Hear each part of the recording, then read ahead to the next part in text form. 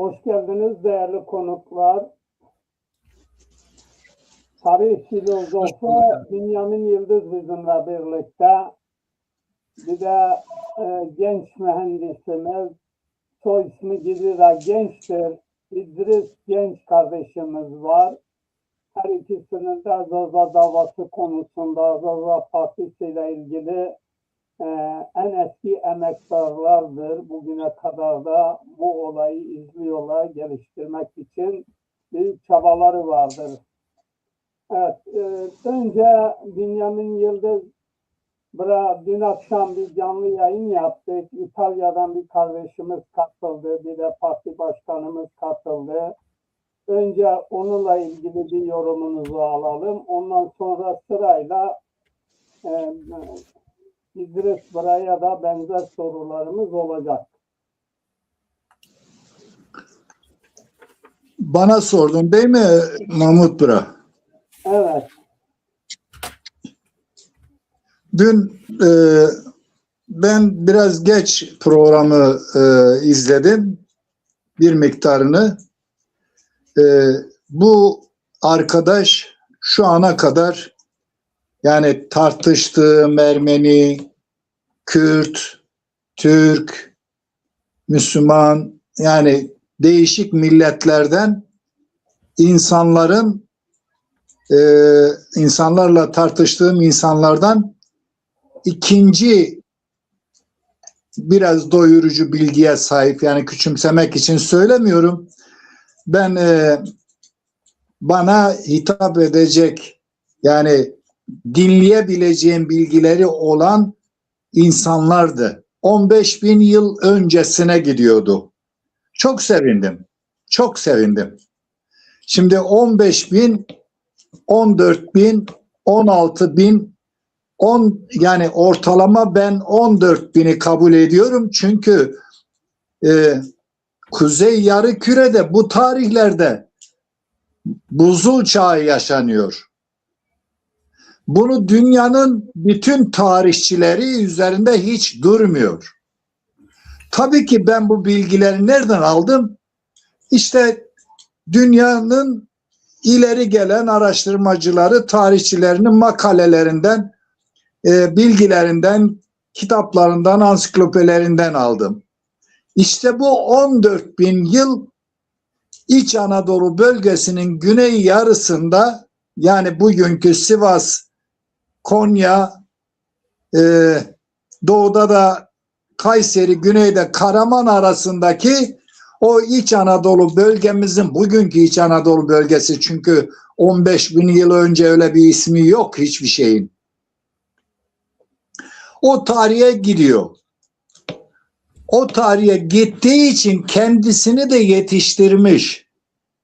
Yani dil konusunda gerçekten tartıştığım insanlardan yetkin bir insan ile görüşmek, birlikte etmek istiyordum. Nedeni şudur.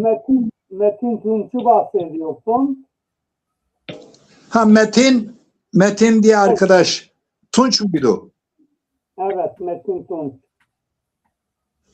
İtalya'da yaşıyor. Bakın ne kadar güzel bir şey ki bir lokantada çalışan işçi, emekçi. Ama öyle bir cevher var ki insanda, bakın üniversite diploması, işte kariyer yapmış bir makam sahibi veya böyle büyük bir kitle öne sürdüğü bir insan değil. Kendi çabasıyla bu dilin yok olmaması için ana diline sahip çıkmış, araştırmalar kendine göre yapmış ve ben de bu araştırmaları yapanlardan birisi olarak, bakın 6000 yılını geçen yok. Onun için tutuşuyorum, yanıyorum ki hani ben ölmeden şu bilgileri bir ulaştırayım halkıma. Ama bir Yunanistan'a sığınmış Bodel Boseli diye bir Kürt tarihçisi olduğunu iddia ediyor. Yani Yunanistan'a sığınmış, Yunanistan'da Yunanlılara tarihini anlatıyor. Çünkü bu bizim ülkeler, Yunanlıları da anlatabilirsin, Rusları da anlatabilirsin, İngilizleri de anlatabilirsin. Yani Bodel Boselli 50 bin yıl öncesine gidiyor ve bunu şeye bağlıyor. Dimili halkına bağlıyor. Bakın Dimili sözcüğünden 50 bin yıla, ben onunla 3-4 saat telefonla konuştum yıllar önce. Dedim ki dostum bak, sen diyorsun ki annem Zaza, babam Kürt. Dolayısıyla ben Kürtçe biliyorum, Zazaca da anlıyorum. Şimdi sen Kürt tarihini yazıyorsun, iddia ediyorsun, 50 bin yılı iddia ediyorsun ve Dimili sözcüğüne bağlıyorsun bu 50 bini. O tarihlerde buzul çağı vardı. İnsanlar yoktu o bölgede, yani Hazar coğrafyasında. Cevap verilmedi. Bugüne kadar da cevap verilmemiş. Şimdi onu şöyle açıklayayım ben. Metin Tunçbıra, o da 15 bin yıla gidiyor. Ben 14 bin yılda İç Anadolu bölgesindeki buzul erimeye başladı. Toprak ilk defa mağaradan çıkan insan toprakla tanıştı diyorum. Neden? Değişlerde 14 bin yıl oldum pervane diye bir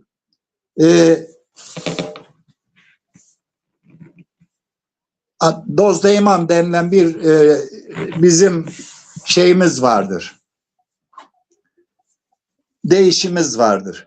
Dolayısıyla sözel de olsa bu tarih çok önemli. Mesela jeolojik, iklimsel, klimatoloji bilim dallarına baktığımızda, Dünya Tarihi Atlası'nda baktığımızda şu tarihte bakın, dikkat edin.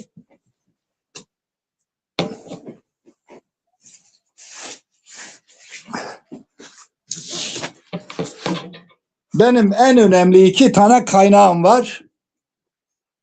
Tabii makalelerin dışında, başka yazıların dışında, üniversite tezlerin dışında, başka görsel ve yazın araştırmalar gibi birçok şeyde, işte bu tarih kitabında bunu 72 bilim adamı yazmış.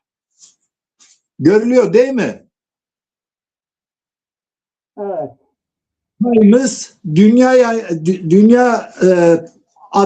Dünya Tarihi Atlası. Şimdi bu kitapta diyor ki dünyanın üzerinde, yani dünya yapısının, tarihinin içinde defalarca buzul çağı yaşanmış. Son büyük buzul çağı da 70 bin ile 10 bin yıl arasında ortalama. 70 bin yıl kesin diyor ama bitişi ortalama diyor 10 bin. Kimi yerde 14 bin, 15 bin diyenler de doğru kabul edelim. Kimisi de 8 bine kadar buzul çağının devam ettiğini söylerler bu saydığım kaynaklarda.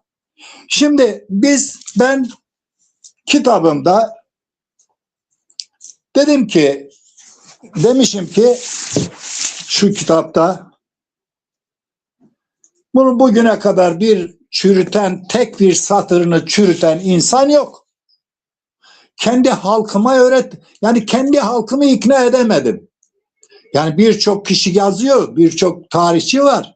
Yani tarih yazan insanlar var, edebiyatçı olan insanlar var, işte programcı olan insanlar var, bilgi birikimi kendince olan insanlar var ve bunlardan bir tanesi, ben het sözcüğünü söyledim. Birisi demedi ki ya bu het sözcüğü bir anlamı yoktur. Bu niye söylüyorsun sen? Bunu ben demiyorum.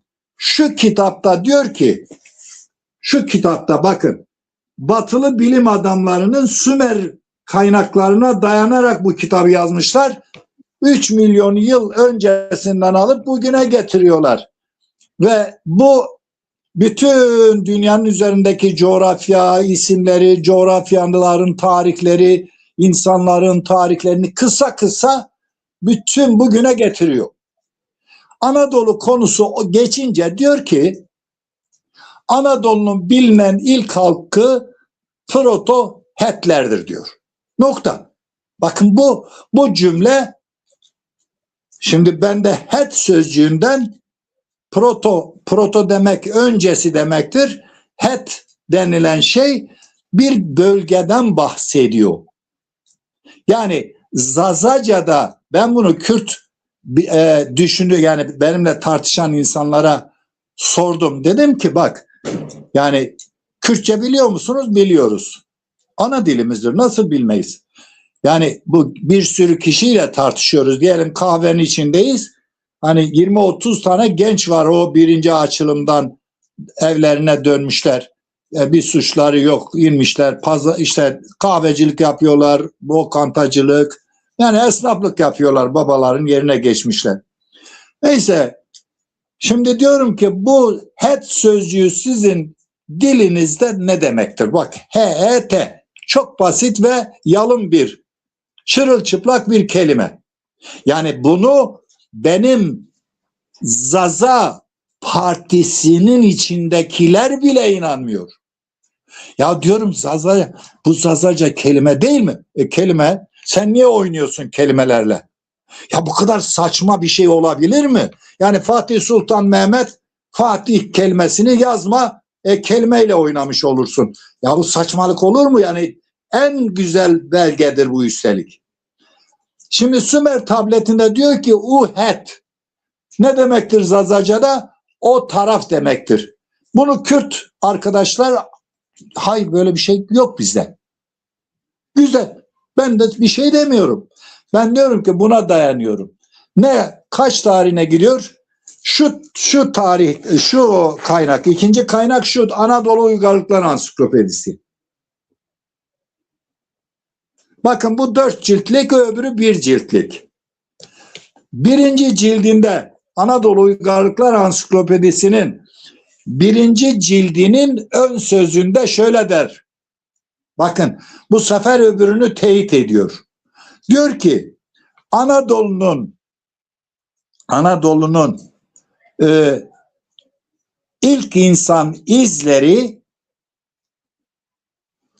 1 milyon yıl öncesine dayanıyor. 3 tane mağaradan bahsediyor. Yani ön sözünde. Kim onu yazmış? Ordinarius Profesör Doktor Ekrem Akurgal. Bu bir Türk tarihçisidir. Yani profesörüdür. Ordinarius profesörü üstelik.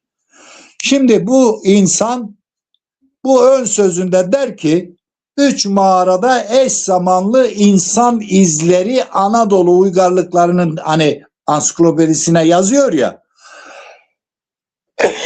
Diyor ki bu 3 yerde ilk insan izleri 1 milyon yıllık tespit edilmiş. Nokta. Şimdi burası nerelermiş? Karayın mağarası Antalya yakınlarında, Toros eteklerinde. Yarımburgaz mağarası İstanbul'un sınırları içinde, da gittim, hatta ziyaret de ettim. Üçüncüsü de Gaziantep yakınlarında, yine Güneydoğu Torosların eteklerinde Döllük mağarası.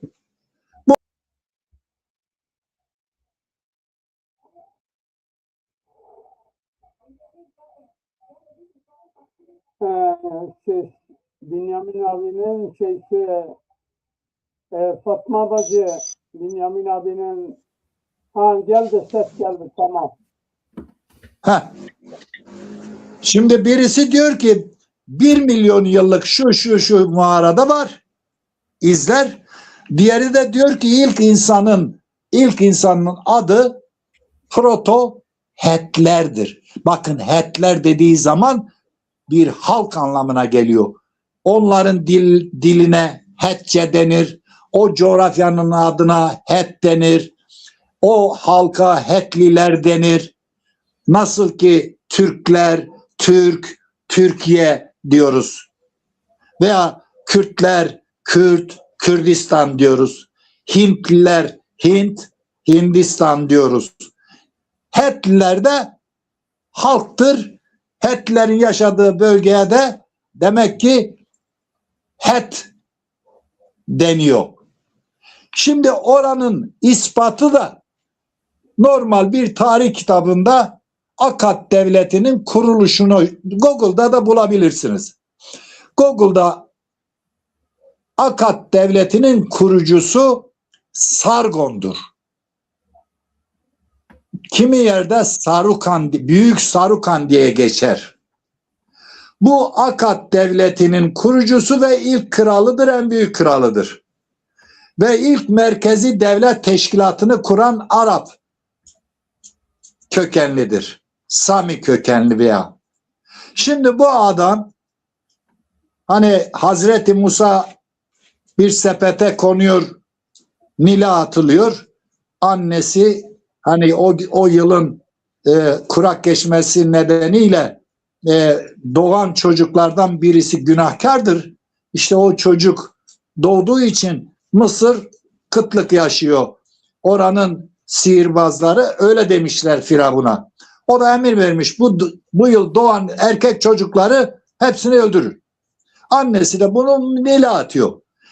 Sargon da aynı şekilde bir mite sahip. Sargon'un annesi Arap çöllerinden aç olan insanlar dağ bayır Sümerlileri duyuyorlar. Zengindirler, aç değiller, işte böyle medenidirler, böyle rahattırlar. Onlar da çölden insanlar, binlerce insan göç edip Mezopotamya'ya gitmek istiyor. Bunlardan birisi de Sargon'un annesi. Gidiyor sokaklarda, özür diliyorum bayanlardan, bunu kötü anlamda söylemiyoruz, tarihtir bu. Hamile kalıyor.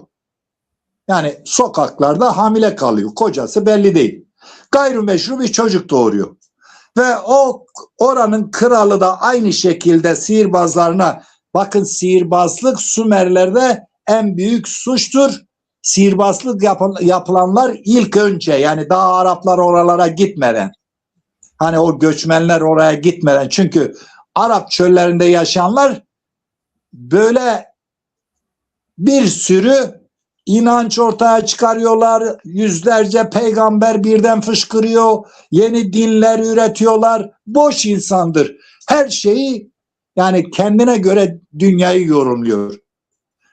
Meşguliyeti yok. Anadolu'da üretim vardır. Bakın Anadolu'da 12 bin yıl önce hani Göbekli Tepe tespit edildiği zaman yanında bazı yerlerde biraz uzağında, yani o yerleşke gibi değildir de bir mabettir. Yakınlarında diyor belge, diyor ki işte gıda maddelerinin stok edildiği depolar bulunmuş, fosilleşmiş. Hayvan kemiklerinin olduğu çukurluklar tespit edilmiş. Yani burası bir mabettir. Buraların içinde değil, dışında, yakınlarında. Şimdi bu belgelere dayanarak biz bakıyoruz ki bu Sümer Kiş kentinde bu olay oluyor. Kiş kenti kralı bir bakıyor, kendisi kuraklık yaşıyor, ülkesi kıtlık var o sene. İşte sihirbazları gelmişler, dal kavuklar, hemen kralların etrafını sararlar zaten. Dolayısıyla ne yapıyor? Ona tavsiyelerde bulunuyorlar. İşte bu sene çocuklardan birisi günahkardır. O erkek çocuğun yüzünde kıtlık oluyor. O da aynı emri veriyor. Annesi Fırat'a atıyor. Fırat sepeti götürüyor. Kiş kentinin bahçesinde bir yere takılıyor.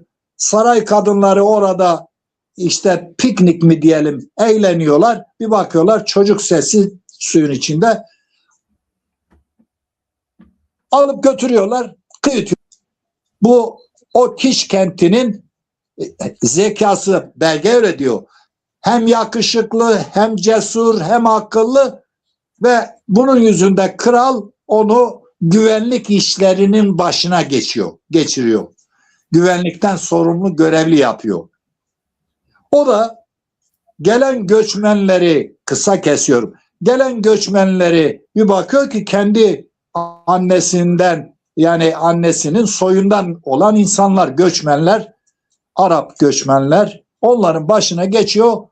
O kralı öldürüyor, yani onun şehrini ele geçiriyor. Onun dışında 5 şehir daha elde edince, 35 şehirden 6'sını ele geçirince merkezi bir devlet kuruyor. Merkezi bir ordu teşkilatı, devlet teşkilatını. Bakın Arapların tarihteki buluşları bunlardır.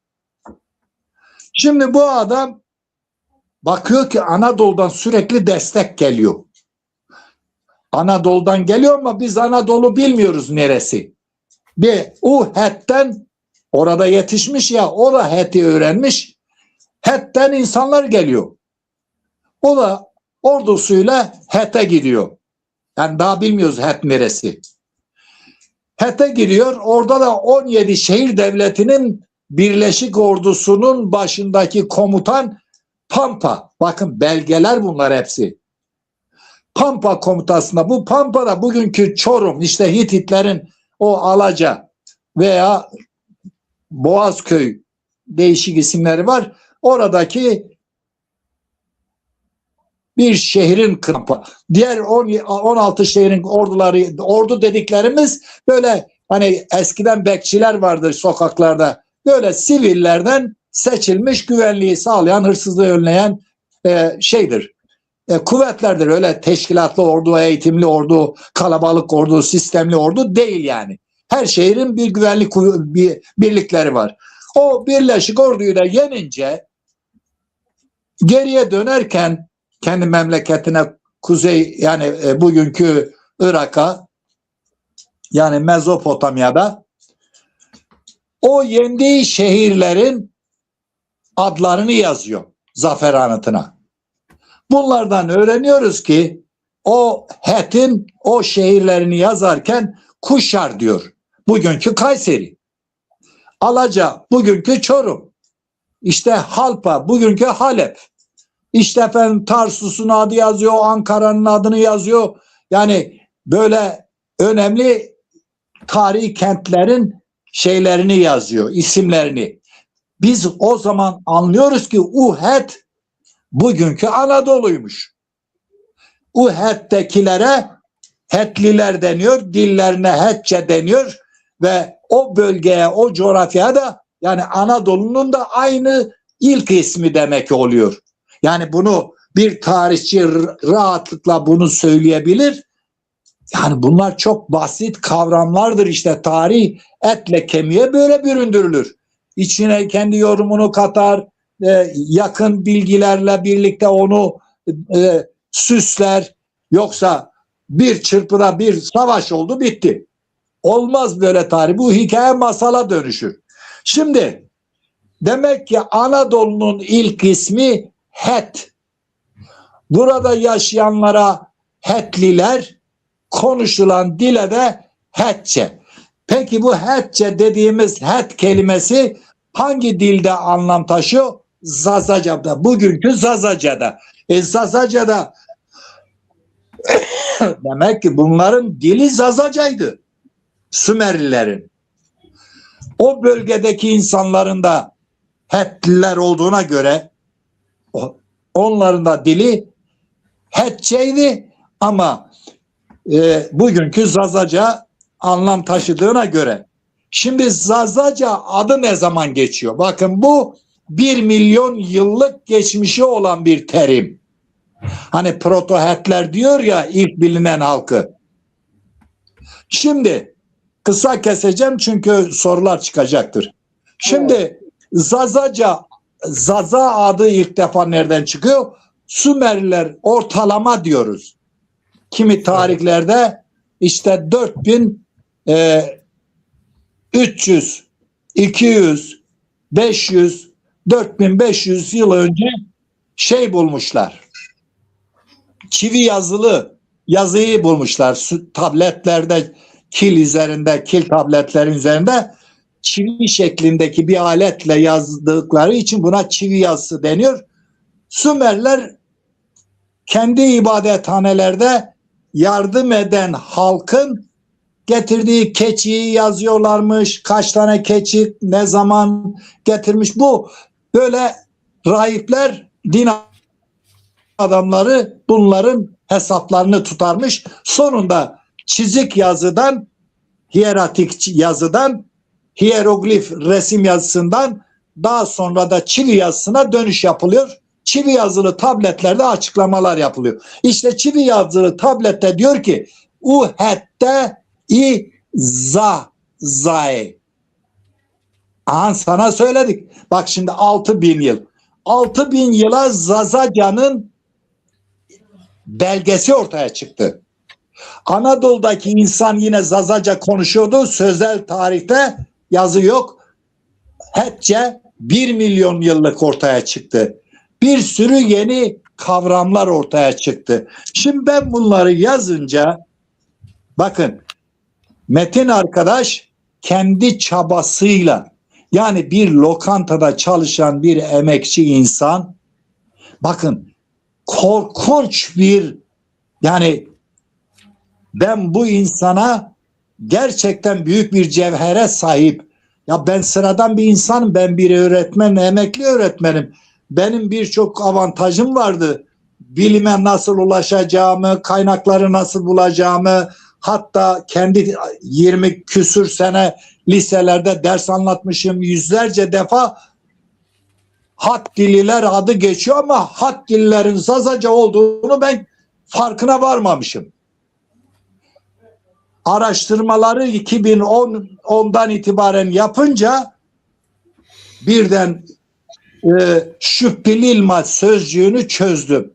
Şüppililma Hititlerin kurucusu. Şüppililma. Bakın büyük Şüppililma bu kimi yerde de geçiyor. Bu kelimenin anlamı spelilkama. Bak dedesi bu insan doğarken ne güzel isim vurmuş. Spelilkama. Yani bizim göz aydınlığımız. Ben bunu çözünde böyle sanki uçtum. Ya dedim bir şöyle geriye döneyim. Etimolojik bilimine giriyor bu kelime çözümü. Korkunç şeyler, patlamalar beynimde, fırtınalar dönmeye başladı. Ta Afrika'daki ilk insana Adem. Bakın Adem. A kadın demektir. A zenik Ahmet Çesman Name Daya Çıkbi. İşte Sümerce söyledim. Hititçe söyledim. Hurrice söyledim. Aluvice söyledim. Bugünkü Zazaca olarak söyledim. A zenike. O kadın demek. Bakın het neydi? O taraftı. U het. İ onlar. U erkek, eril, yani adam demek. A dişil, kadın demek.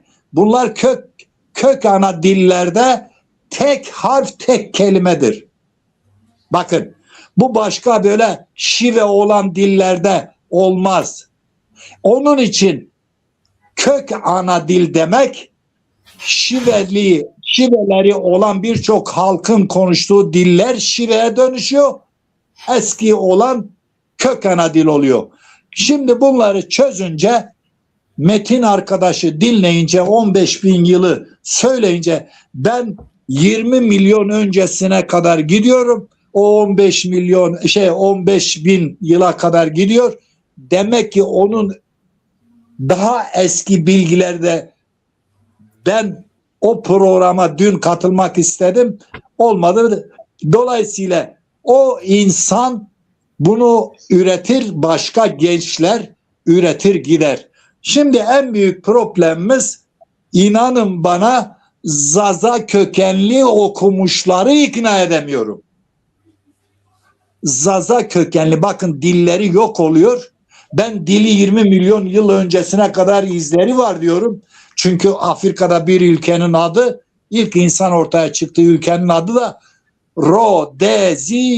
Rodezya ülkesi. Bakın Rodazia. Bu 4 tane Zazaca kelimeden oluşuyor. Zenciler bir isim koymuşlar. 4 tane kelime. Bakın bu kavramlar Kürtlerin elinde olsa vallahi dünyanın tümünü kendisine sayarlar. Ama bizim partili yöneticiler kabul etmiyor ya. İnandıramıyorsun. Ne yapalım? Şimdi dünden evvel, yani birkaç gün öncesinden başladı, bir küfürler yapılıyor. Çünkü haritalar çıkıyor korkunç. Ta İzmit'e kadar Kürdistan sayıyor. Ya diyorum arkadaş, siz neye dayanarak bunu söylüyorsunuz? Adamda ana, avrat, bacı, kız, kardeş artık hepsini sinkaflı küfürler yapıyor. Ya ben belgeyle konuşuyorum. O adam küfürlerle konuşuyor. Benim partim var. Ben kurmuştum ya. Ben de kuruculardan birisiydim. Parti başkanı var. DEM partisine demiyor ki ya bu Kürt kardeşimiz niye küfür ediyor bu sanal ortamda? Veya parti başkanı varsa, partide varsa, muhakkak bir avukatı, 2 avukatı, 10 avukatı varsa bunları sorgulaması parti başkanının, parti yöneticilerinin işidir. Çok üzüldüm. Bana okur yazar olan kısmı güya anazazacı, özür diliyorum ama bir tane, sadece 2 tane, hatta 3 tane oldu. Biri Hasan Kayri protesto etti. Biri Çağdaş Mahmut protesto etti. Bir de İlhami Hoca. Aziz Beşeriz protesto etti. Ya ben şu anekdotta söyleyeyim. Yıllar önce bir tane 2015'te tehcir olayı oldu ya, Ermeni soykırımı diyorlar. Ben de Ermeni bir Nişanyan mı, Şevanyan mı, onunla tartışıyorum böyle. O diyor ki ya siz Zazalar kendi tarihinizi bizden bile öğrenmiyorsunuz. Ne kadar pısırık, ne kadar pasif insanlarsınız. Biz böyle tartışırken tabii Ermeni soykırımı söz konusu olunca benim ağzımda da kaçtı. Ya dedim, Ermenilerin soykırımını Türk askerleri görevlendirmişlerdi. Kürtler ve Zazaların Kürtleşmiş insanları bu Ermenileri kırdılar, soydular kervanlarını. Bunu söylememle arkadaş böyle yağmur gibi küfürler ortaya çıktı. Ya sen nasıl diyorsun? Kürtler, yani Kürtleşmiş insanlar Ermenileri kırdı. Türkler kırdı bizi. Ya diyorum Ama kardeşim. Bünyamin abi. Yani Şimdi, şimdi bakın bunların hemen sahip çıkıyorlar ama bize sahip çıkan olmadı. Kürtlerden Evet. çok kişi bu Ermenilerden yani soykırım yaptıklarını özür dilediler. Bunların başına da Ahmet Türk geliyor. Evet, aynen. Evet, teşekkür ederim Bünyamin abi. Gene söz hakkınız var. Değerli genç kardeşimiz var.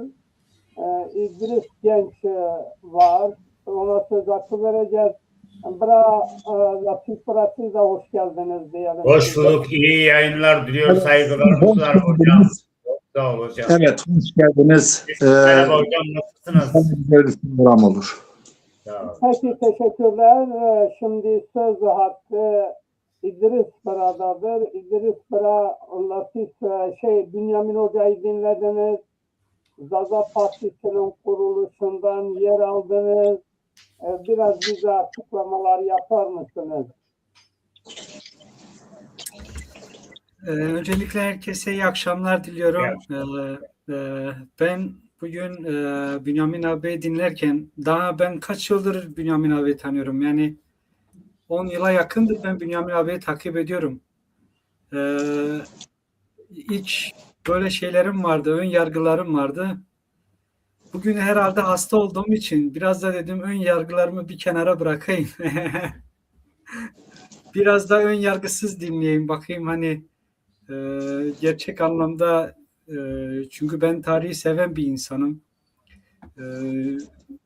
O yüzden can kulağıyla dinledim. Gerçek anlamda öncelikle insan tarihiyle ilgili bilgileri tamamen doğru.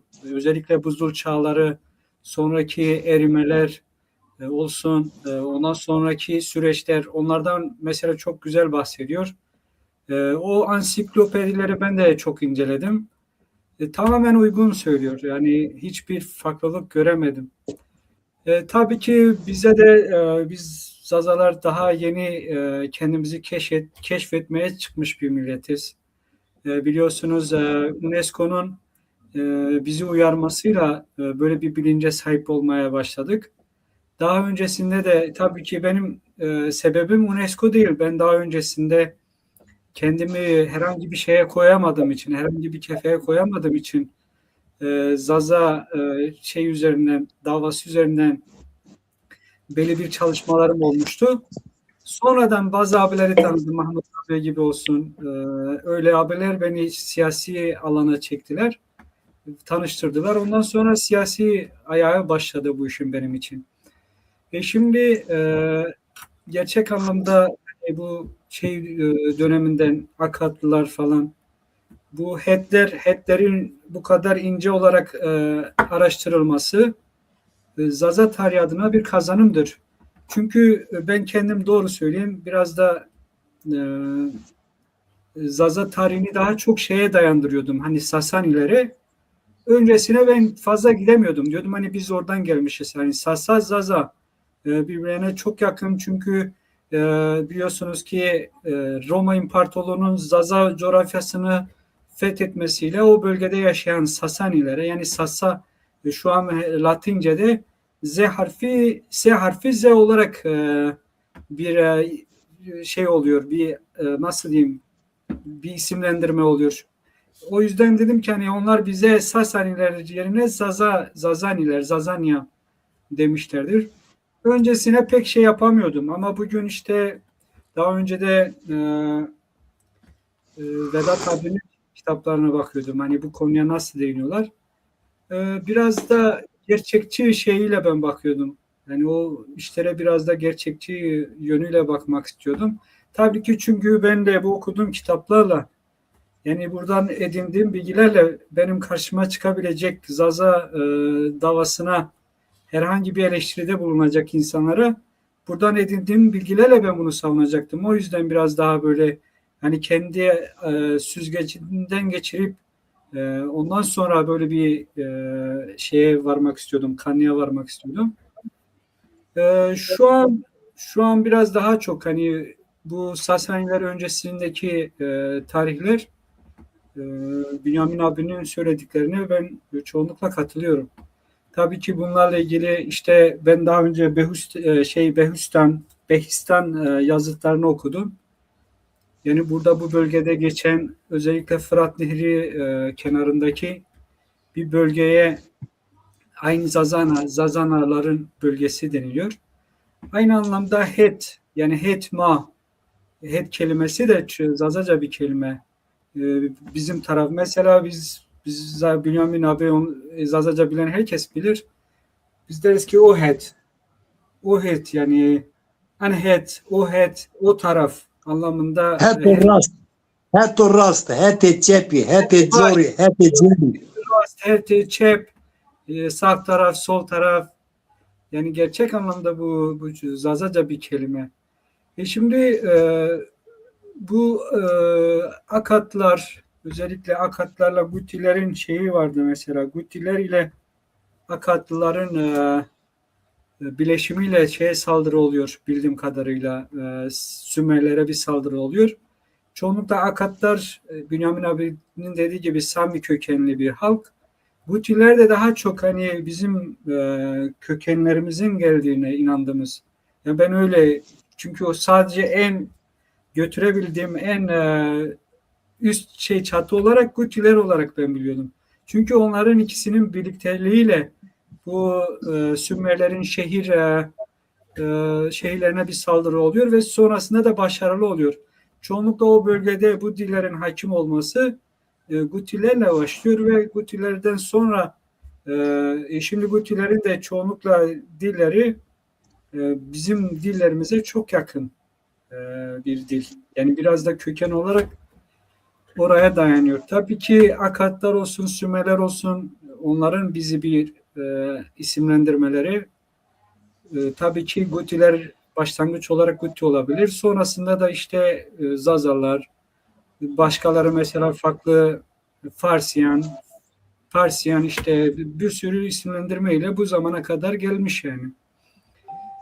Şimdi Zaza tarihi olarak çoğunlukla Bünyamin abinin hani ben dediğim gibi çoğunlukla aynı şeyleri biliyormuşuz ve bugün biraz daha ön yargısız olarak dinlemek istedim. çok da güzel anlatıyor. Tabii ki biraz da ben çoğunlukla tarihçileri dinleyince şey gözüyle bakıyorum. E, Hani geçmişteki şeyleri bugünle mesela bugüne dayanarak bir yorumlama biçimine gidiyorlar. Bünyamin abi de onu göremedim. Yani daha güzel o zamanki belgeleri inceleyerek onlar üzerinde bir yorumlandırma. Çok güzel bir yorumlandırma aslında. Çünkü ben başka böyle Zaza tarihini anlatanlara diyorum ki hani bir kaynağım var mı? Şey diyor ya işte o zamanki tarihi de kim yazmış ki? Biri de oturup bizim gibi yazmış. Yani bu çok ilkel bir yaklaşım. Çünkü sen bunu dediğinde ya da sana şey gözüyle bakarlar. Sen bir Zazasın. Bir Zazaları anlat hani sen nasıl bir Zazasın, nereden geliyorsun dediğinde işte şurada şunlar geçiyor diye kaynak göstermek var. Bir de dersin ki hani böyle işte anlattığında ya o tarihi de kim anlatmış ki onu da bir insan oturup kendi kafasına göre yazmıştır dersen der ki ya sen ne anlatıyorsun deyip güler sana yani. O yüzden biraz daha belge ve şeylere dayanarak bir tarih anlatımı gelecek nesiller için de gerçekten güzel bir kaynak olur. Çünkü sen o yazıtlar, o belgelerdeki şeyleri sen gelecek nesillere şu anki yorumlamayla aktarıyorsun. Öyle bir yaklaşım biçim var. Bir de hani rastgele yani kendine hani ben tarih yazıyorum diye ortalıkta kendine bir kitap yazmak niyetiyle yazanlar var. O yüzden çok güzel bir yaklaşım, onu da söyleyeyim. Başka da Zaza siyasetiyle ilgili ne soracaktın abi? Onu unuttum ben. Evet, Zaza oraya geleceğiz. Ben Evet, sonunda açıklayayım. Şimdi bugün Bünyamin abiler anlatıyor. Başka evet. arkadaşlarımız da anlatıyor ama yani gelecekte bu boşluklar, eksik kalanlar sizin gibi gençlerin taşlandırması, geliştirmesi, Kesinlikle, kesinlikle, büyük bir şanstır. kesinlikle. Bunlar bizim için birer görevdir. Çünkü bizler hani okuduğumuz bu kitaplarla ve çoğunlukla ben her gittiğim yerde biraz da reklam niyetiyle şeyler yapıyorum. Gittim her yerde Zazaları anlatıyorum. Fransızlara Zazaca anlatıyorum. Diyorlar ki ya işte biz tanımıyoruz şöyle böyle açıyorum haritayı diyorum ki bak biz buradayız. Ya diyor biz öyle bir hak duymadık falan. Ben diyorum ki size yanlış anlatmışlar bizi. Ben gittim her yerde başlıyorum anlatmaya. Mesela bu hafta şey var. Benim bir yerde bir sunum kendim istedim. Dedim ki hani çoğunlukla biraz tanıtım amaçlıyla biraz da Fransızcamı geliştirmek amaçlıyla bir sunum yapmak istedim o gittiğim yerde. Onlar da kabul ettiler. Ben de özellikle Göbekli Tepe ile şeyi araştırmak istedim. Çünkü çok merak ediyorum. Özellikle yeni çıkan belgeleri Çatalı.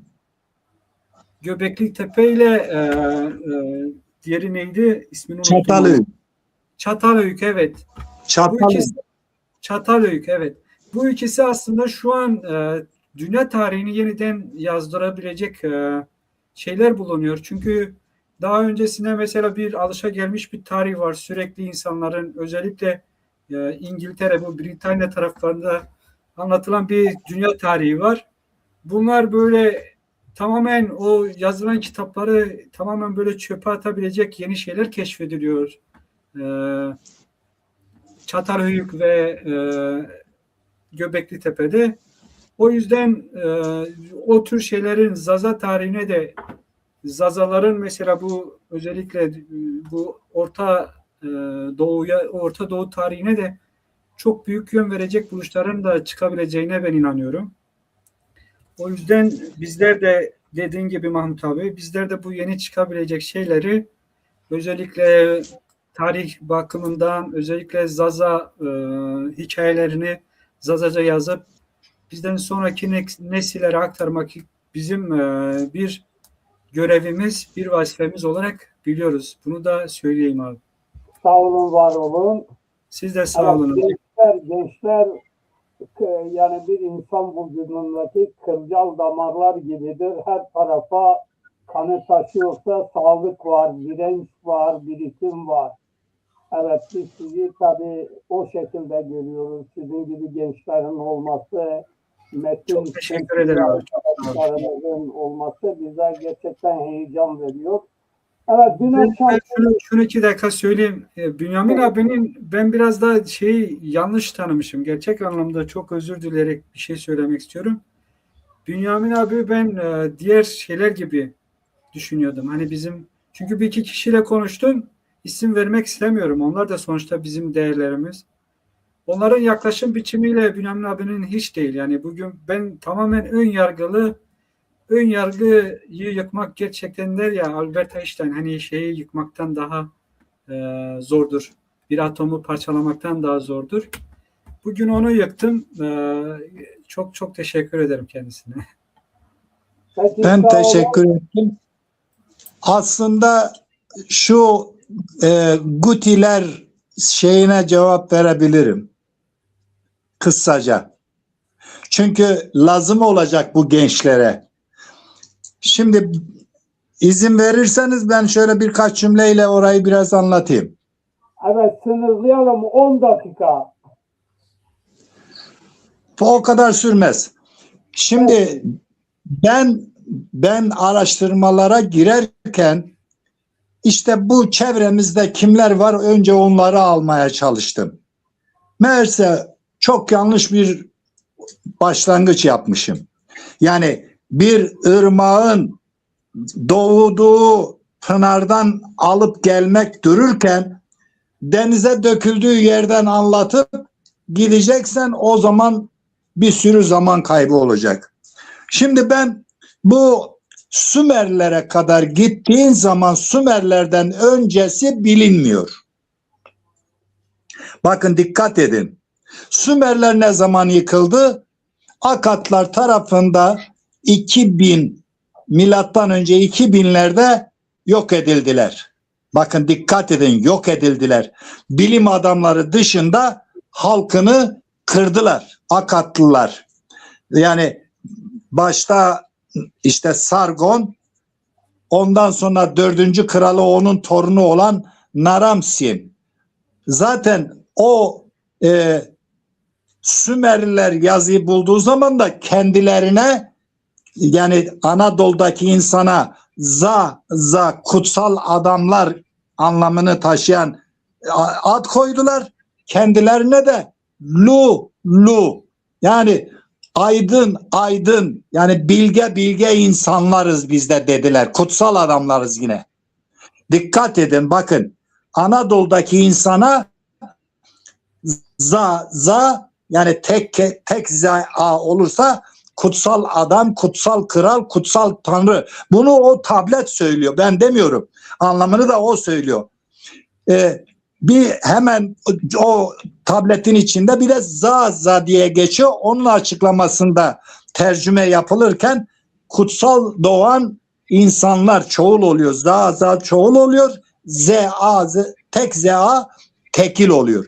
Şimdi Sümerlerden çok sonra ben tabii ırmağın başından aldım. İlk insandan alıp bugüne getirdim.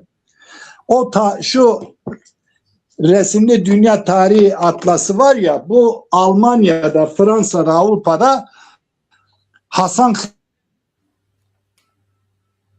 Heyri bana uyarıda bulundu. Hocam dedi ben aradım bu kitabı bulamadım ama sizin gösterdiğiniz bu kitabın tıpatıp benzeri ismi değişiktir. Tabii ben unuttum. Hasan Heyri söyleyebilir. Yani orada bu kaynağın içeriğini tümüyle aynı olan başka bir adla söylüyor. Çünkü bazılar dediler hocam bulamıyoruz. Siz nerede bunu çıkardınız? Ben 1983'te 4 yıllık öğretmenken almıştım. Benim 3 maaşımın fiyatına. Şimdi orta çağa geldiğimiz zaman yani Akatlardan sonra Asurlardan başlayarak Orta Doğu'da o kadar çok insan topluluğu var ki Gutiler var, yani Binaliler var, bilmem Medler, Persler, Partlar, Sasaniler en son milattan sonraya sarkan 600 küsur yıllarında Arap orduları yeniyor Nihavend'de. Şimdi o Gutileri bütün halklar Sümerlerin ardılı olan torunları halklardır o bölgede. Şimdi bu Gutiler o bölgede Elamlarla Sümerler kuzendirler. Bir de Hazarlılar. Yani Hazarlılar dediğimiz zaman işte şimdiki Dimili sözcüğü geçiyor ya, Deylam'dan ötürü Dimili sözcüğü çıkıyor. Şimdi bunların üçü kuzendir. Hetliler toprakla tanışınca çoğalıyorlar, bu sefer sığmaz olunca İç Anadolu'ya göç ediyorlar. O göç edenlerin büyük kısmı Doğu Anadolu'ya gidiyor çünkü orası kutsal sayılıyor. Sular akıyor, yeşeriyor ya. Ana tanrıçaya tapmışlar mağaralarda, yani o buzul çağında. Onların sayesinde, kadının sayesinde kurtuluyorlar. O karanlık devri ordinarius profesörler bile beğenmiyor. Şimdi geliyoruz Orta Çağ'da, bir bakıyoruz ki 3200 yıl önce Avrupa Balkanlar, Kuzeyli kabileler oraya saldırınca oradan bakın kaç tane halk sağa sola kaçışıyor kendi yurtlarını terk ederek. Akalar Yunanistan'a giriyor. Frikler Boğazlardan Anadolu'ya giriyor. Hepsi Balkanlarda bunlar. Bugünkü Filistinliler Girit üzerinde bugün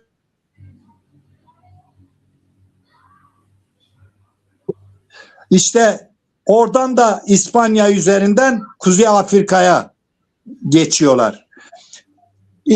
Haylar bu ve bugünkü Kürtlerin ataları olan Bajnavi Bohtanlar da Kuzey Karadeniz'in kıyılarını takip ederek Kafkasya'nın eteklerine kaçıp sığınıyorlar.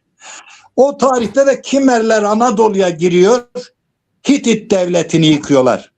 Dolayısıyla bakın iki aşiret Kolhes'e gelip yerleşiyor. Bugünkü Kürtlerin atası. Yani herre konuşan. Haylar da bugünkü Ermeniler. Birlikte eş zamanlı birlikte geliyorlar. Aynı coğrafyadan aynı coğrafyaya birlikte geliyorlar. Bakın Ermenilerin tarihi bu tarihte başlıyor. Bu Orta Doğu'da. Kürtlerin tarihi bu tarihte başlıyor. Şimdi Gutileri, Kurtileri, Kurmanalıları bilmem kimlere sahip çıkmaya çalışıyorlar. Çünkü göçmen bir halktı. Burada tarihi yok, kültürü yok, dili yok. Yani coğrafyası yok. Bakın Ermeniler geliyor, sanatla uğraşıyor, dağılıyorlar o coğrafyaya. Ama Kürtler hangi taraf güçlüyse ondan yana yerli halkları yok etmeye başlıyorlar. Onların boşalttığı yerlere yerleşmeye başlıyorlar.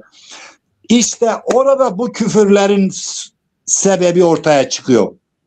Ben partinin adına konuşuyorum. Parti beni korumuyor. Partili beni korumuyor. Veya benim gibi insanları korumuyor.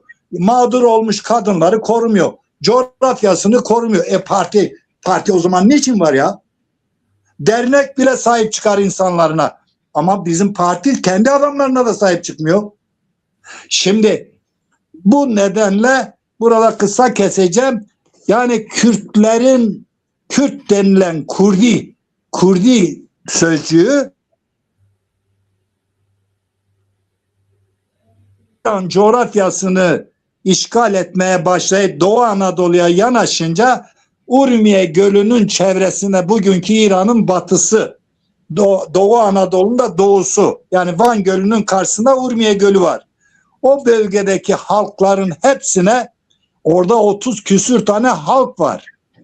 Bunların içinde Bajnavi Bohtanlar da var.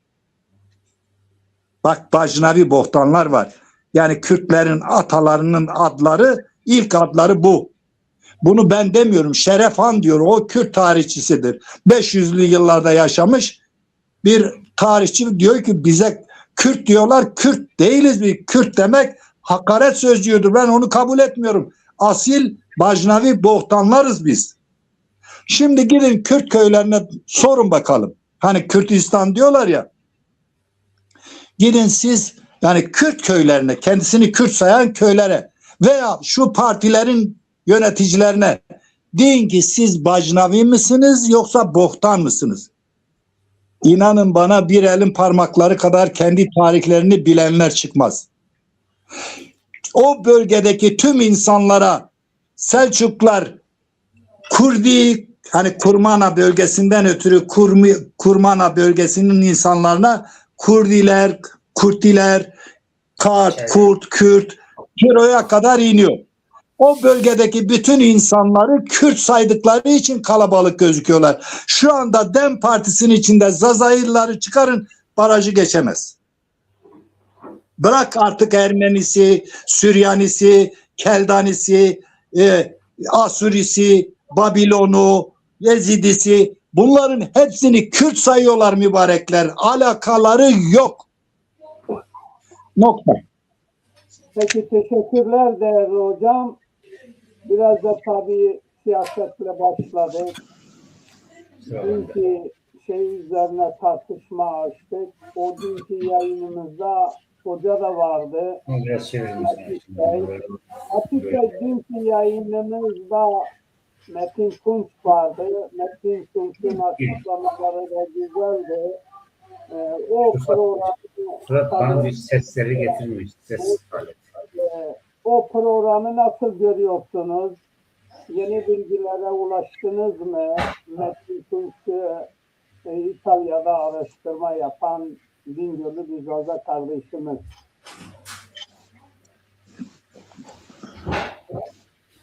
Öncelikle iyi akşamlar diliyorum sevgili hocama, İdris kardeşime ve bizi gecenin bu saatinde dinleyen tüm yoldaşlarıma, arkadaşlarıma en derin saygılarımı sunarım. Şimdi dün çok sevindiğimi söylemek isterim. Yani bir yoldaşımla beraber bir programı paylaşmak. Hele ki dinleyici arkadaşlarımızın çok fazlası ile iştirak etmeleri de beni ayrıca sevindirdi. İkinci bir husus, parti içerisinde diller ve eğitim ve parti sosyolojisiyle ilişkili hazır elimizde hocamız yanımızdayken bir daha bir bir insanın da konuya iştirak edip müstekil kalması parti açısından tarihi bir şanstır. Böyle biraz bakmak lazım. Tabii dikkat ederseniz ilk etaplarda ben Zaza dili ve Zaza tarihinden ziyade pratikte kaybolmaması için yerel yönetimlerle Zaza kesimin arasındaki sosyal ilişkileri ve kendini ifade etme sürecini sürekli dile getirmeye çalışıyorum. Tarihi tabii tarihçilerimiz anlatır ki Bünyamin Hoca'nın ben 4. kezdir bir kitabı okuyorum. Ben hayatımda bir kitabı 4 kez okuduğumu pek hatırlamam yani. Açık konuşmak lazımsa. Ama 4 kez bir insan bir kitabı okur mu? Ve defter kalem yanında inanır mısın? Bakın ben hep defter kalemle geziyorum. Kitap benim elime geçtikten sonra Bünyamin Hoca'nın kitabı ben iyice öğrenciliğim tuttu benim. Ama bunun yanında konuyla alakalı olan arkadaşları da dinlemekte fayda gördüm. Çünkü çok sessizlik, ortak aklın meydana gelişi olayı doğrular ve niteliksel yapısını ön plana çıkarır. Şimdi akşamki arkadaşımızın gerçekten Metin Tunç Başkanımızın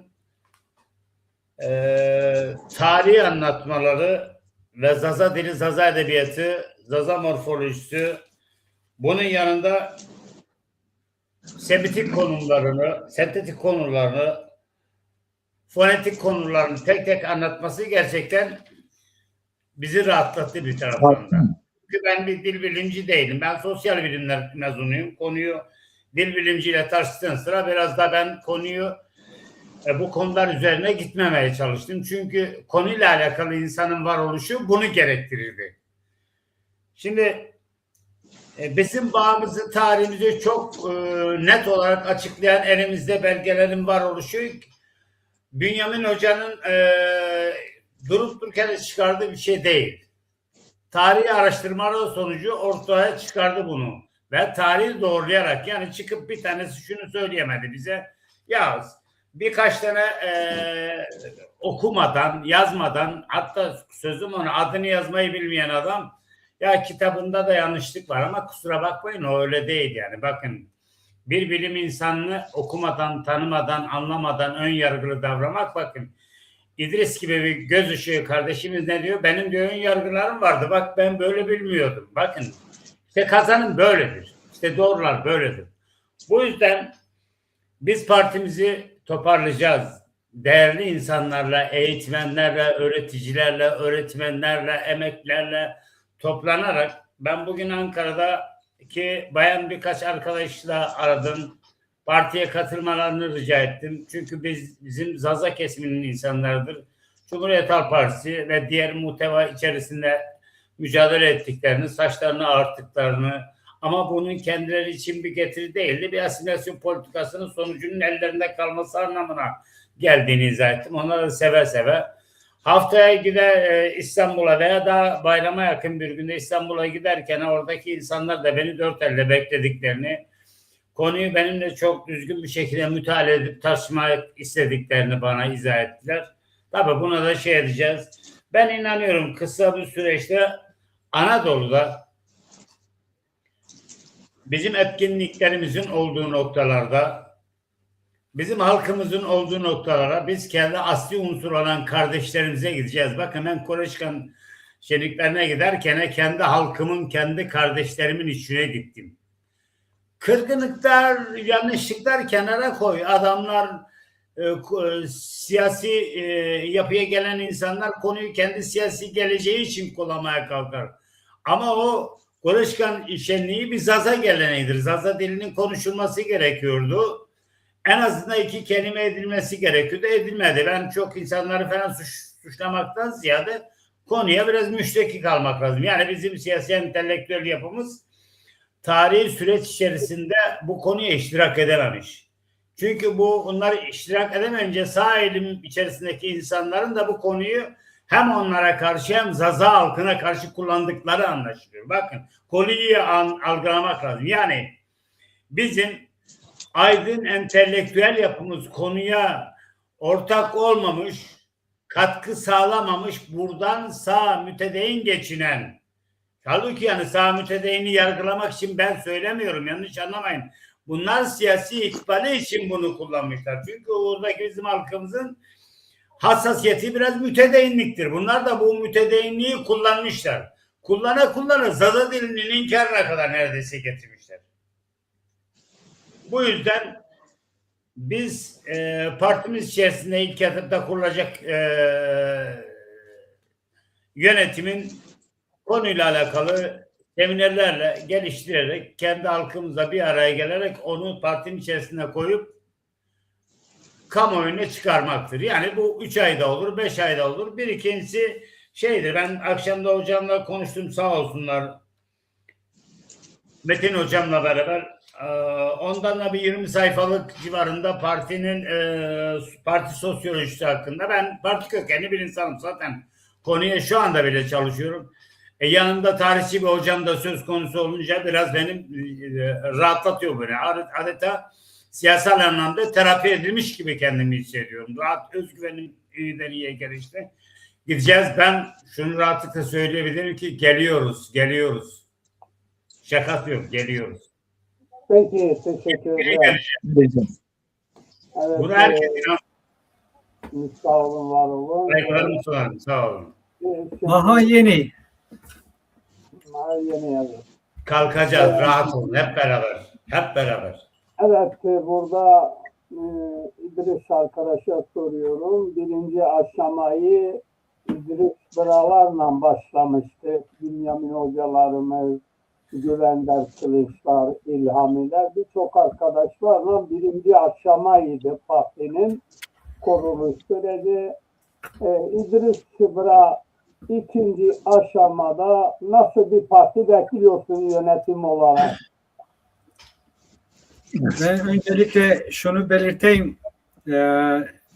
Bir söz vardır, derler ki senin zekanın seviyesi içinde hani etrafında bulunan insanların toplamının ortalamasıdır. Şu an sizlerle hani böyle bir ortamda bulunduğum için kendimi biraz da Yok yok yok. ve gerçek anlamda öyle. Çünkü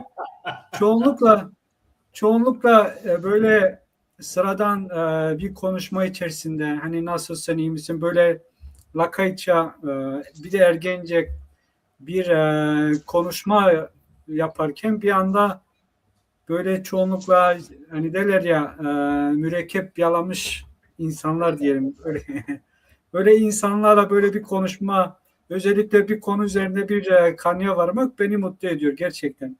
Şimdi Zaza siyasetine gelelim. Yani ben e, daha önce parti içerisinde görev almak istedim ki ben kendimi hiçbir zaman herhangi bir kimliğe ait hissetmedim. Yani şey olarak Türkiye'deyken o süreçte zaten böyle bir arayış içerisindeyim. Çoğunlukla o süreçte üniversitelerde Zazaca adına araştırma yapan abiler tanıdım. Onlar bana makale gönderiyorlardı. Özellikle Zaza tarihi adına. Onları okuyordum. İşte bu süreçte başıma çok şey geldi. Ben bunları Mahmut abiye çoğunlukla anlattım. Yani çok dayak yedik, birbirimize girdik. Ama biz şeyimizden, yolumuzdan vazgeçmedik. Şimdi Zaza siyasetine girdik, sonra neler bulduk? Hani çoğunlukla benim yanlış gördüklerimi sürekli söylüyorum ki bir daha hani biz şu an böyle bir oluşum içerisine giriyorsak bu tür yanlışları yapmamamız lazım. Çünkü biraz daha böyle herkesi kucaklayan bir zemin oluşturmamız lazım ki hani derler ya şeyi, şimdi bir mühendis düşüncesiyle söylüyorum, bir binanın temellerini sağlam atmasan üstüne koyduğun şeyler hepsi yıkılır. Şimdi ben parti içerisindeyken çoğunlukla gördüğüm yanlışlar, hani çok çok yanlış gördüm. Ve ben bunları sürekli Mahmut abiye anlatıyorum. Mahmut abi de diyebilir ki ya sen hep aynı şeyleri söylüyorsun diyebilir. Ama bu yanlışlar gerçek anlamda, hani bu izlenimler gerçek anlamda çok hakiki şeyler, yanlışlar gördüklerim. Şimdi öncelikle Zaza davasında ben şunu anladım. Zaza davasında e, öncelikle bireysel bir kazanım çoğunlukla gördüm orada. Yani kendini bir ön tarafa atmak. E, Hani sadece ben olayım, herkes beni bir lider olarak görsün. Böyle bir yaklaşım şekli bize bir yol aldırmaz. Çünkü ben parti içerisinde girdikten sonra baktım ki gerçekten yetki hani bizi ileriye taşıyabilecek. Yani nasıl diyeyim, bu çünkü bunu bir bayrak yarışı olarak görüyorum. Hiçbir zaman da kendimi ön plana atmadım. Bizim içerimizde olan arkadaşlara bakıyordum.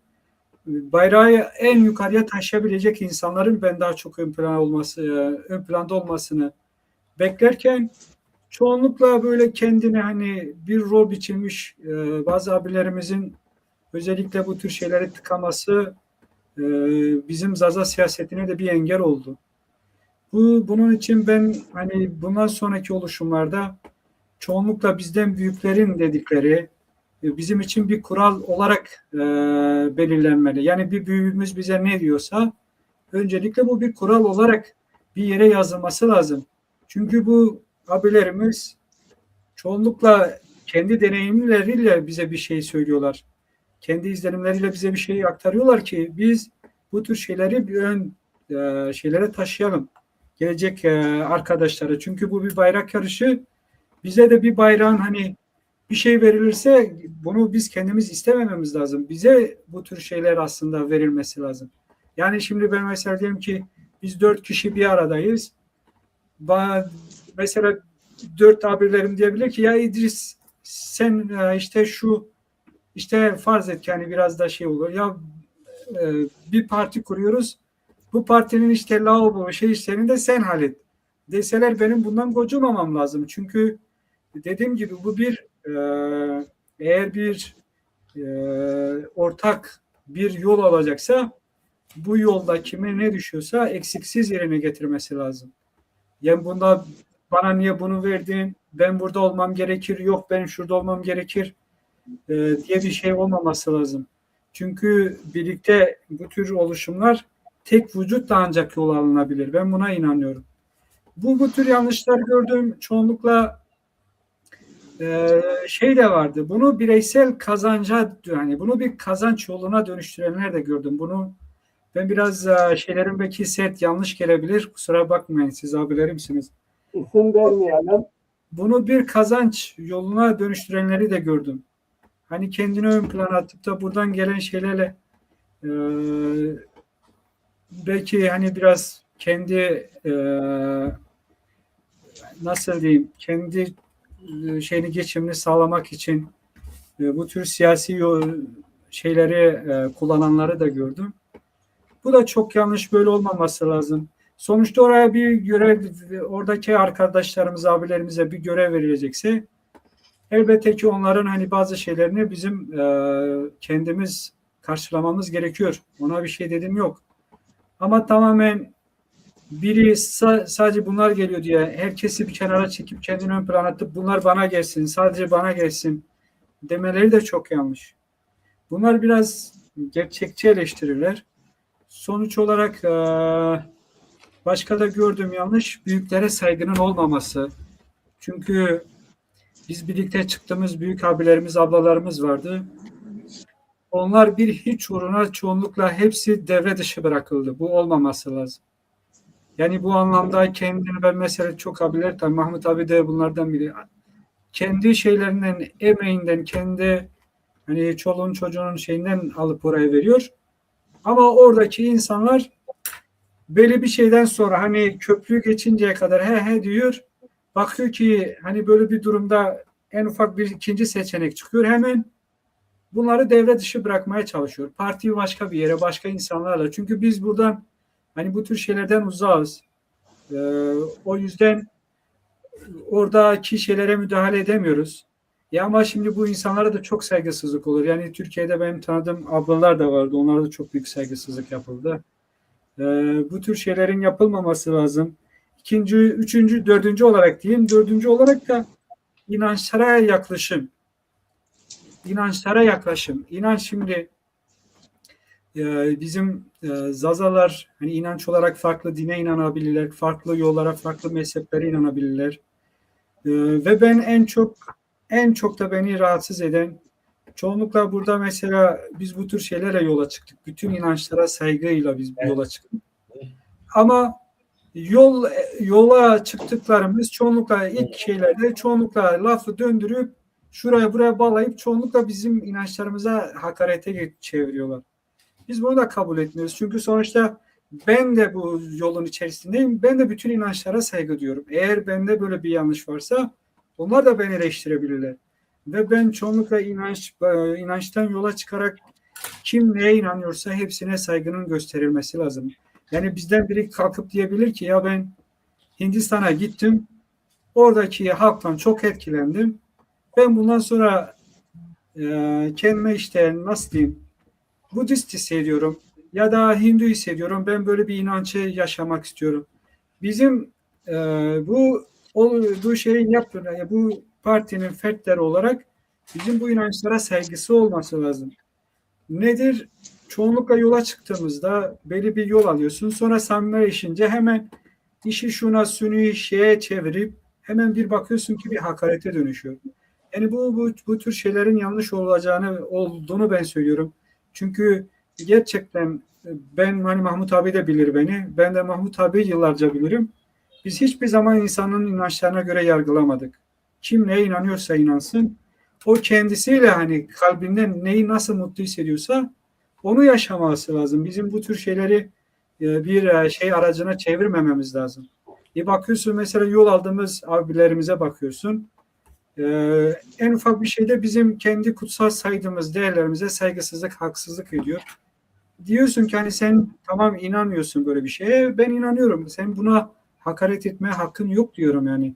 Dediğimde hemen bir Mahmut abiyi arayıp işte bu şucudur, bucudur. sen buna yol yürüme, bu öbür şeylerin adamıdır. Şimdi Mahmut abi de yıllarca beni bilir, tanır. Benim kendi inanç şeyimle farklı bir şey ama Zaza davasına verdiğim değerde. Çünkü gerçek anlamda gittim her yerde.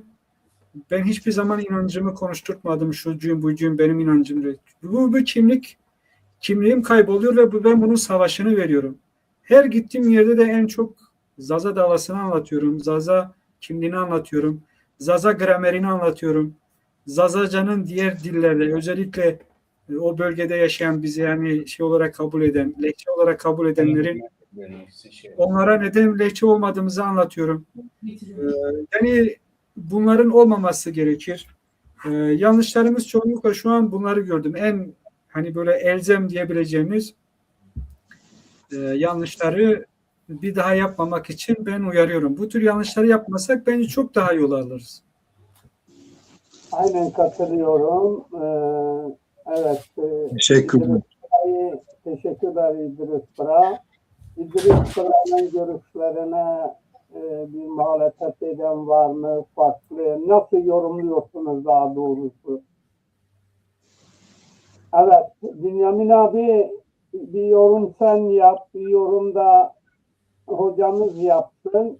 Ondan sonra da yayınımız çok uzadı. Evet. Bünyamin abi. Bana mı sordun? Evet. Şimdi bütün mesele, diyelim ki ben hareket ediyorum, dilim yok oluyor diye. Bak, birinci bizim hedefimiz dilimiz yok oluyor. Bakın, tarihi anlatıyorum. 1 milyon yıllık Anadolu'da bu dil tarihi var. Başka bir dil bu kadar eski değil. Şimdi bu dil yok oluyor. Falan bizi tanımıyor, şive diyor, onlar önemli değil. Biz kendimiz örgütlenelim. Bakın işte tarihi anlatıyorum, cevap vermiyor. Tek bir yalın kelimeye cevap vermiyor bilim adamları. Karşı tarafta küfürle halletmeye çalışıyorlar. Küfür acizlerin yaptığı bir cahilliktir. Şimdi ben birinci kırmızı çizgim, dilimiz yok oluyor. Bu dilimizi ne şekilde kurtaracağız veya kollayacağız, geliştireceğiz, hak ettiği yere getireceğiz. Bütün diller kutsaldır. Bütün inançlar kutsaldır. Bütün etnik kimlikler kutsaldır. Bakın, insanlar dinlerini belki tercih edebilir, inançlarını. O onunla yaratıcısının arasındaki şeydir. Yani ben Aleviyim, Alevi olunca yani cennete mi gideceksin? Nereden biliyorsun? Veya karşı taraftan bilmem nereye gitmiş gelmiş de sen söylüyorsun. Bu tercihtir. O hepsi, İdris kardeşime, işte Latif kardeşime katılıyorum. Politikada hassas noktaları dikkat etmesi lazım ama birinci derecede hedefin olması lazım. Şimdi Avrupa nasıl halletmiş? Bakın, Avrupa'da yaşıyorsunuz. 1001 çeşit insan geliyor ve bunlar bir ana yasal çerçevede yan yana oturuyorlar. Dikkat edin, benim komşum, köylüm, özür diliyorum, madde çok zararlı bir şeydir. Madde bağımlısı olduğu için Almanya 3 yıl yurt dışı etti. Geldi, köyde oturuyordu. Köyde horoz öttüğü zaman kızıyordu. Ben bu adamı öldüreceğim. Ulan Ali, niye adam öldürüyorsun? Horozu geliyor beni uyandırıyor. Ya diyorum, burada köydür, burada eşek anıracak, at kişneyecek, köpek avlayacak, horoz da ötecek. Sen bu köye gelmişsen bunun şeylerine şey yap. Yani biz önce çevremizi tanıyalım. Biz Zaza halkı dünyada, bakın bir sürü şeyi araştırmışım. Dünyada aborjinler 600 bin civarında insan kalmış. Onlar kendini onurluca ifade ediyorlar. Ben o aborjinim. Ezidiler, bakın Ezidiler yine 800 bin civarında kalmış. şimdi dağılmışlar, doğru dürüst artık bulundukları ana vatanları olan Orta Doğu'nun, bugünkü Suriye'nin kuzey yarısında yaşayan, orada Mitanilerle Hurilerin topraklarıdır. Bunların ikisi de Zazaların birinci derecede torun halklarıdır. Orada ne oldu? Kadınları pazarda, ya korkunç şeyler oluyor. Dikkat edin, onlar yine de kendi inançları, kendi kültürlerini, kendi dillerini, dillerinden ötürü kendi kimliklerini ölümüne savunuyorlar. Ama Zazayım diyenler şu anda demin yarısından çoğu Zazadır. CHP'nin yarısından çoğu Zazadır. Alevi Zazalardır. Öbürleri Sünni Zazalar AK Parti'dedir. Bakın dikkat edin. Hep başkalarının arka bahçesi olmuşuz. Ben 50 sene boyunca CHP'ye oy verdim. Ama CHP'den 10 senedir ayrılmışım. Benim partim yok ki ben oyumu vereyim. Ama inşallah, bakın ilk defa bu kadar cepheye giriyorum. Ben Latif Bey, bakın demin İdris kardeşimiz genç, ne kadar güzel şeyler anlattı. Geleceğin lideri.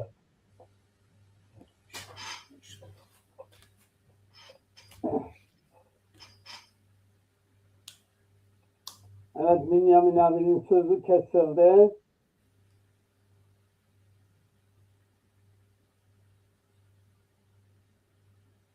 Bünyamin abinin, Fatma bacı, duyuyor musun beni? Bünyamin abi yeniden yükleyebilirsen.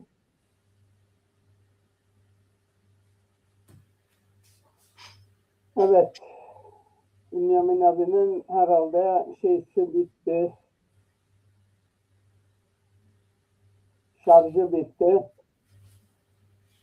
Bünyamin abi tekrar girebilirsin bırak. Ondan sonra son sözü de size veriyor. Geldi Bünyamin abi. Yok, daha açılmadı. Şimdi açıldı. Evet Bünyamin abi.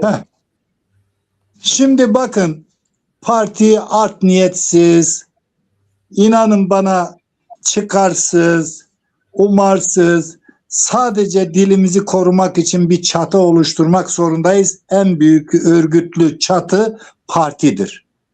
Biz bu nedenle, Çağdaş Mahmut da biliyor, Aziz de biliyor, yani eski arkadaşlar biliyor, biz 2017'de bu işe başlarken daha zor şartlar vardı.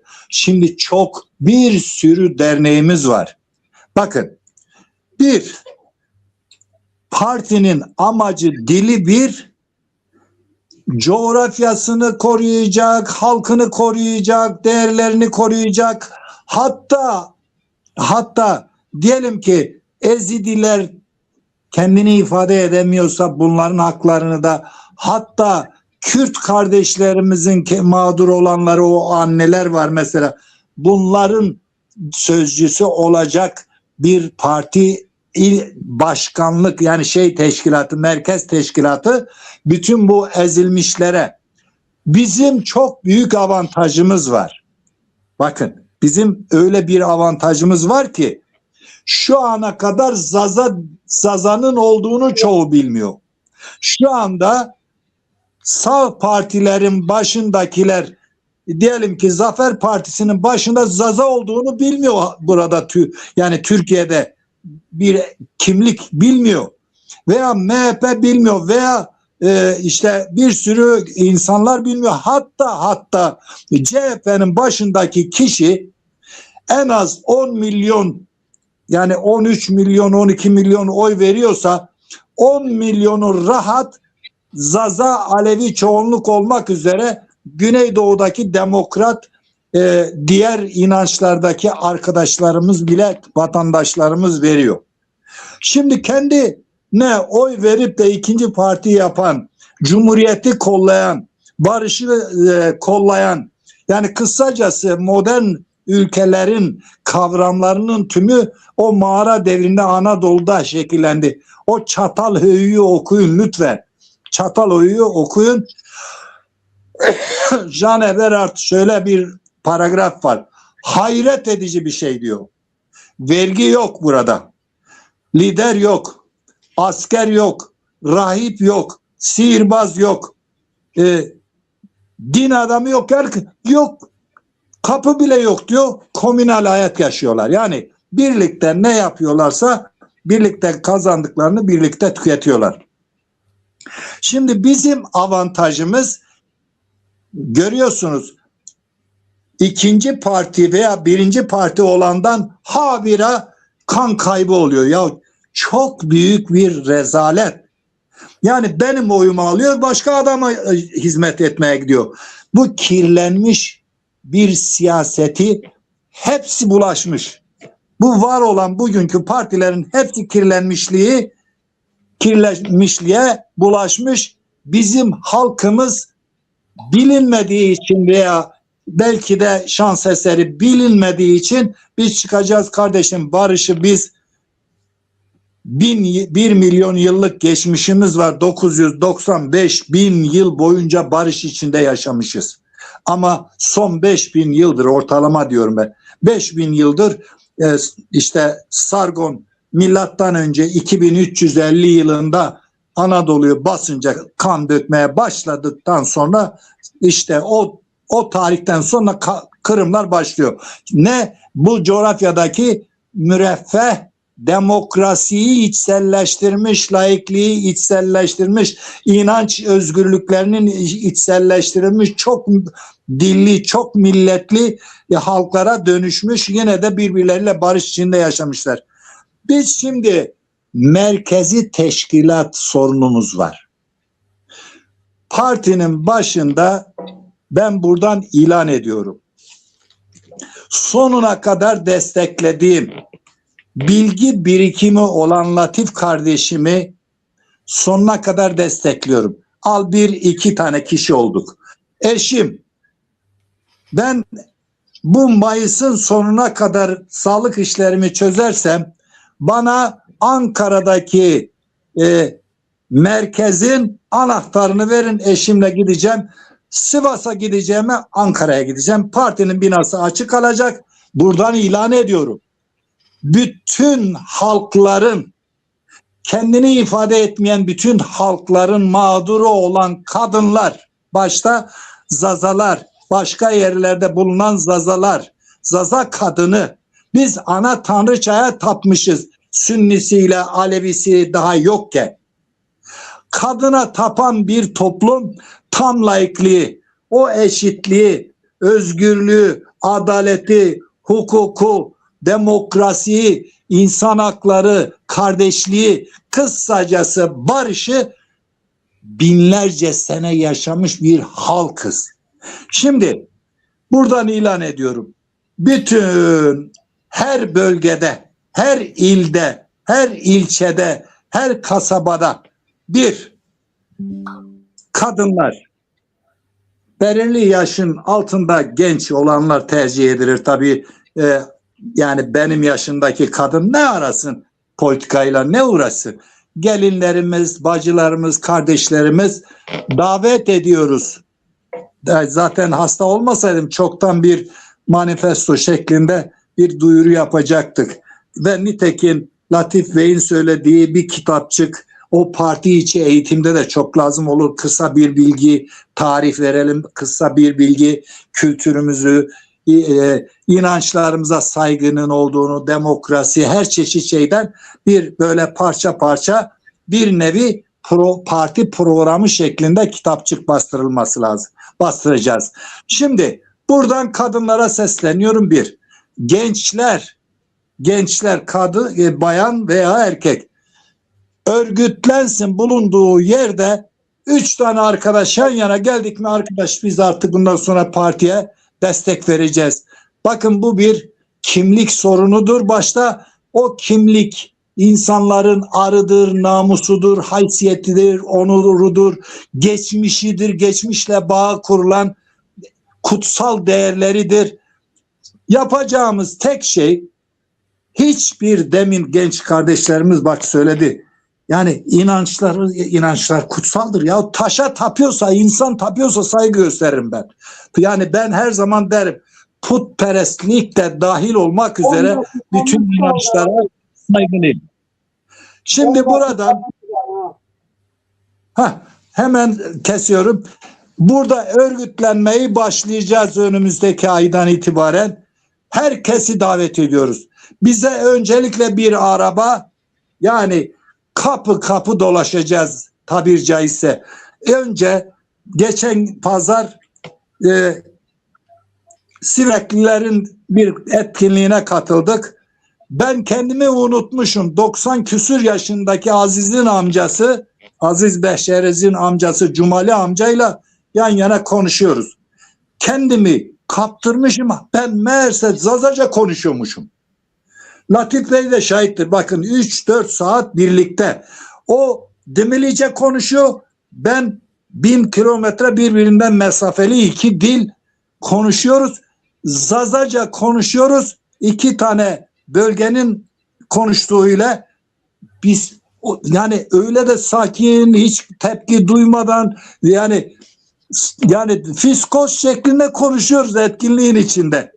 Bakın şahitler var. Hem Aziz, hem eşim, hem Latif Bey de orada yanınızda. Demek ki anlaşabiliyoruz ama bilinç seviyesi sıfır. Ben isterdim ki orada şöyle çıkarsın, Kormiskan niçindir? İşte o örgütlenmeyi. Dimililer nereden gelmiştir? Bakın Bodel Boseli götürüyor Kürtleri, o Dimililere bağlıyor. Ben 3-4 saat Dimilice konuştum ya. Ben diyorum ki Güneydoğu Anadolu'da git 40 yaşın üstündekilere sor bakalım. Kürt müdür, Zaza mıdır? Cevap yok. Bakın onları küçümsemek istemiyorum. Sonuçta şuraya varacağım, benim bütün idealim şu bilgi birikimimle bütün beyaz halklar Hetlerin çocuklarıdır. Çünkü buzuldan tek kurtulan halk İç Anadolu'nun güney yarısında o yeraltı şehirlerinde sığınarak ana tanrıçanın sayesinde kurtulmuşlar ve ondan sonra beyaz halklar türemiş. Bakın Kürt'te, Ermeni'de, Alman'da, Arap'ta, Yemenlisi de beyaz ırkın tümü Hetlerin torunudur, nokta. Bu bizi birleştiren en güzel çatı şeyin ideolojisidir. Barış istiyoruz biz. Çok çok teşekkürler Bünyamin abi. Evet, Latif Bra, siz de bir değerlendirme yaparsınız seviniriz ama uzun olmasın çünkü dakikalar çok ilerledi. 1,5 saati geçiyor. Şimdi ben kısa ve öz konuşacağım. Çok uzatmama gerek yok. Ben buradan seslenmek istediğim sorunlardan bir tanesi. Zaza Aydınlara seslenmek isterim. Bakın bu bizim şeref davemizdir. Yani lütfen gözünde sıkıntı olmayan, okur yazarı olan, konuya hakim olan, bu dilin kaybolmaması için olaya müşteki olması gerekiyor. Yani şunu bunu özel durumları bırakmak lazım. Şimdi parti içerisinde şunu rahatlıkla söyleyebilirim. Bakın arkadaşlar, çelişkilerin olduğu yıl şurada 1000 ile 1500 yıl. Bakın akşam konuşurken biz Metin yoldaşımla beraber, Bünyamin hocamla beraber bu inanç varlığının dünya üstünde 15.000 yıldır vardı. Yani o zaman bu tercihleri dil uzatmamak lazım. Yani parti içerisinde bunlarla hiç alet etmenin bir anlamı yok. Tekrar diyorum. Cahilce bir mücadelede yokuz. Felsefesi olan, sosyolojisi olan bir dilin, bir gramolojinin, bir etimolojinin dilinin kaybolmaması gerekiyor. Bizim parti içerisindeki milli mesele anlayışımız Zaza dilinin varoluşu tedbir-i tedrisatla, yerel yönetimlerle, milli eğitimle çözülmesi gerektiğini üstüne basa basa söylüyorum. Sistemin farklı noktaları vardır. Bu bizim birinci derecede olan ilişkilerimiz değildir. UNESCO'nun belirttiği gibi, İdris kardeşimin de dediği gibi dilimizin kayboluşu. Bakın aman ha aman. Ve ben pratikte gördüm konuşkanda, bakın kaybolmak üzere. O yaştaki insan Türkçeyi bilmiyor. Bünyamin hocama Zazaca konuyu anlatmaya çalışıyor. Daha ne istiyoruz? Bu yüzden bir araya gelerek, toparlayarak partimizin genel idare kurulunda konuya hakim olan Zaza arkadaşlar bakın kayıtlı olmayabilirsiniz. Partinin kayıtlı insanı olmayabilirsiniz. Gelin görev alın. Kağıdın üstünde sizin isminizin olması veya olmaması bir şey ifade etmez. Biz ilk etapta bir arada çoğalmak zorundayız. Orada bizim eğitimimiz olacak, seminerimiz orada partinin milli meselenin anlayışı üzerine toplanarak alacağımız kararlar zaten sizin şeref kararınız olacak. Haysiyet, davranış kararlarının olacak. Bu yüzden o parti kapanmayacak. Bakın şunu rahatlıkla söyleyebilirim değerli arkadaşlar. Ben siyasi aristokrasiyi çok seven bir insan değilim. Başaramazsam daha başarılı olacak arkadaşımın arkasına dururum. Ben bu yüzden eski arkadaşlarım partide mücadele vermiş insanları dışlamaktan ziyade sağa sola göndermekten ziyade partinin içerisinde olması gerektiğini üstlerine basa basa söylüyorum. Bunu Çağrı Tekin arkadaşıma söylüyorum, Diyarbakırlı'ya söylüyorum, Ali arkadaşıma bile söylüyorum. Kardeşim uzaya gitmek yok. Biz bunu ayağa kaldıracağız. Ortak yükümüz. Madem şerefimiz, hasiyetimiz bizim dilimizse, bizim onurumuzsa biz onurumuzu ayağa kaldırmak zorundayız. Kaldı ki bakın bizim üstümüze bir tahakküm oluşturuyor ya. Yani bizim etnisitemiz de değil, formolojimiz de değil, dilimiz de değil. Ayrı dillerin ayrı artlarıyız. Tamam. Yani size de oy da verdik, destekledik. Daha bizim alt dilimiz, lehçemiz. Evet, kırpmayın. Bakın arkadaşlar. Bunu hep üstüne basa basa bir milletin geçmişini gösteren, ben bunu söylemek istemiyorum ama söylemekte de hiç geri kalmayacağım. İki aziz sorun var. Biri nedir arkadaşlar? Mimari yapılar ve arkeoloji. Siz Anadolu'da bizim dediğimiz tarihten önce elinizde bir tablet mi var veya tarihi bir yapı mı var? Hiçbiri yok. O zaman böyle yani peki bizim iddia ettiğimiz noktalarda bizim tarihimiz var mı? İşte var. Bakın demek ki yanlış söylemiyoruz. Siz bu yüzden hiçbir ne belge çıkarabilirsiniz, çıkaramazsınız. Kaldı ki geçen gün örneğin benimle tartışan arkadaşlar biz Metlerin şuyuz arkadaş, Metlerin bir şeysi değilsiniz. 300 yıl var, gidin amcasının oğlu olun. Bunu söylemek başka bir şeydir. Belgeyle topluma sunmak, tarihe sunmak farklı bir şeydir. Sizin Metlerle akraba olduğunuzda ilişki hiçbir belgeniz yoktur. Gösteremezsiniz bunu. Bu yüzden kimsenin ne dediği bizi ilgilendirmiyor. Bizi ilgilendiren tek sorun var. Zaza halkının şerefli mücadelesini ayağa kaldırmak, onları bir arada tutmak, sürekli o mütedeyyin kesimin insanların arasındaki o hassasiyeti yani bizim bakın partide bunu kullanmayacağınız dediğiniz sorunları biz kullanmayacağız arkadaş. Sizin o elinizdeki malzemeyi alacağız. Siz birini Alevi birini Sünni ettiniz. Bundan faydalanarak her birini bir partiye götürdünüz. Bu yüzden Konuşkan'da gördün ne yaptığınızı. 80 yaşındaki insanlar peşinize geziyorsunuz. Zaza halkı onurlu bir halktır. Dünyada 1 milyon geriye dönük geçmişi olan şerefli bir halktır. Bu yüzden buradan Zaza halkına, tüm ezilenlere tahakkümsüz, tercihsiz, dostça, arkadaşça her azınlığın da sözcüsü, her azınlığı da içimizde görerek ayağa kalkacağımıza inanıyor. Herkese en derin saygılarımı sunuyorum. Buyurun. Çok teşekkür ederim. Kıpırdamayın. Benim de birazcık işim kaldı. Tabii bizi destekleyen, yayınımızı izleyen çok sayıda insan var. Bunların birkaçının hiç olmazsa bir adını anmak istiyoruz. Muhsin Turhan, Diyarbakır'dan bir kardeşimiz. Sırmalı Karabulut Koçgiri'den, Altın Aslan Koçgiri'den, Aslar Ahmet Serdar var, Zülfü Kolay var, İlhami Çağrıtekin eski başkanımızdır. Ayrıca yazı yazan çok sayıda insan var. Avrupa'da da özellikle Fransa'da bir bacımız var. O da çok Zaza meselesini takip eden, o konuda bütün yayınları okuyan bir kardeşimiz. Sümbül Direk var. Onu da en azından o bölgeden bir partili olarak görmek istiyoruz.